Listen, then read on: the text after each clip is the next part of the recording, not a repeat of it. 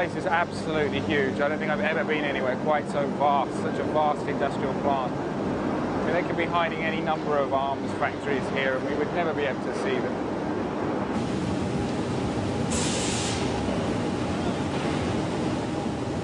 People in Moldova often like to claim that Transnistria can't function as a full state, doesn't have the necessary industry or infrastructure. When you come here, you actually realise that it clearly does have massive economy, massive number of factories. And in fact, some people here have suggested to us that it's Moldova that can't function as a state, and Transnistria will be the one that survives. During Soviet times, most of the heavy industry in Moldova was concentrated in Transnistria. When the territory proclaimed independence, it kept the biggest, most productive factories.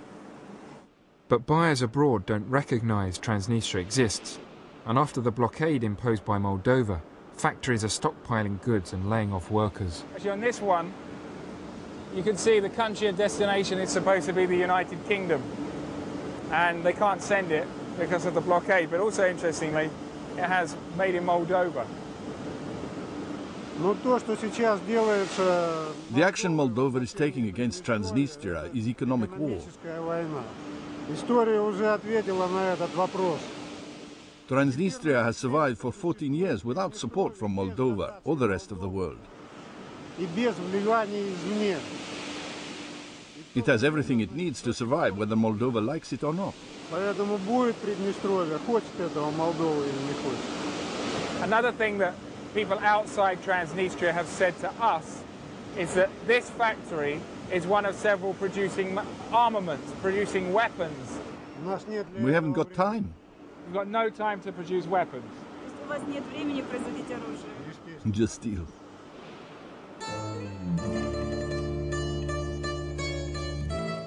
Transnistria is thought to be a major producer of arms, and guns from here have turned up in Chechnya and Africa.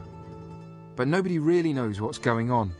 International organisations don't recognise Transnistria exists, so they're not able to visit and investigate. Transnistria shares a border with the Ukraine, and it's notoriously porous.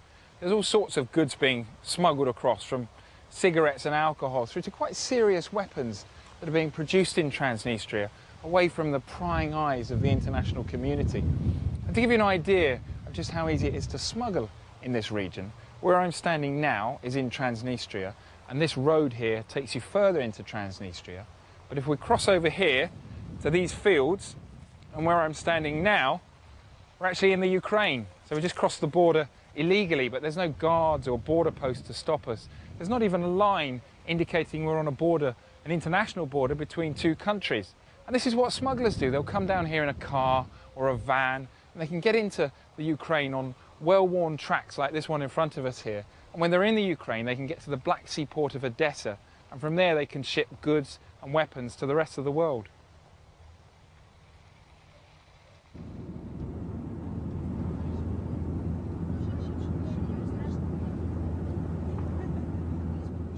It's not just at the unofficial border crossings that goods are being smuggled across. They're also being smuggled across official crossings like the one down there. The Transnistrian and the Ukrainian Customs Authority, which is on the other side, are both notoriously corrupt. There's always goods being passed back and forth with the tacit agreement of some customs officials.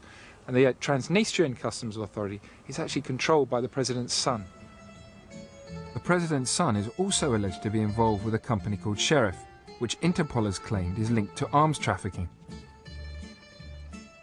The firm has just built a multi-million-pound football stadium where Moldova, who have no such stadiums, play their international games. Impressive ground. We're preparing for the World Cup game against Italy. When the president of FIFA, Sepp Blatter, saw this, he said, "Wonderful, beautiful,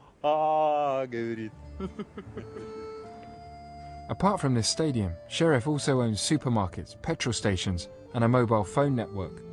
Some people refer to Transnistria as the Republic of Sheriff. So it's called Sheriff because the two men who started it both used to be Soviet police officers? Yes, and also because almost all of the people who work for the club are members of the police force or were officers in the Russian or Soviet army. I was a colonel in the Russian army before I resigned. 2 days later, the Moldovans announced their upcoming match against Italy would in fact be played in Moldova's crumbling stadium, rather than give Trans-Dniester any publicity. Moldova lost 1-0. We just came around the front of the building because we've been told there's a Mercedes showroom, of all things, in the front of the stadium complex. Again, Mercedes cars being sold in a country where people are earning peanuts for wages. It's a little odd, but like everywhere in the former Soviet Union, some people earn a lot of money and most people earn next to nothing.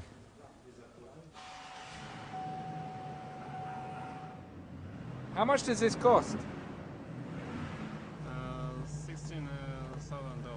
So this is $60,000 to buy. So that's about 40,000 British pounds. Whew. We have it on credit? Yes.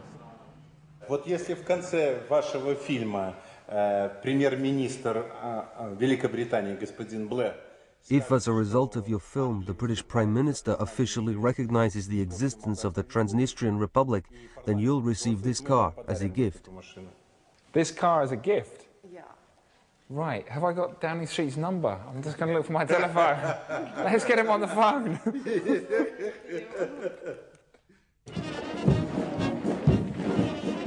Huge crowds came out to celebrate Transnistrian Independence Day. Although the population of Transnistria is only around 600,000, its forces match those of Moldova, leading to military stalemate between the two. Igor Smirnov, the Transnistrian president, was taking the salute. I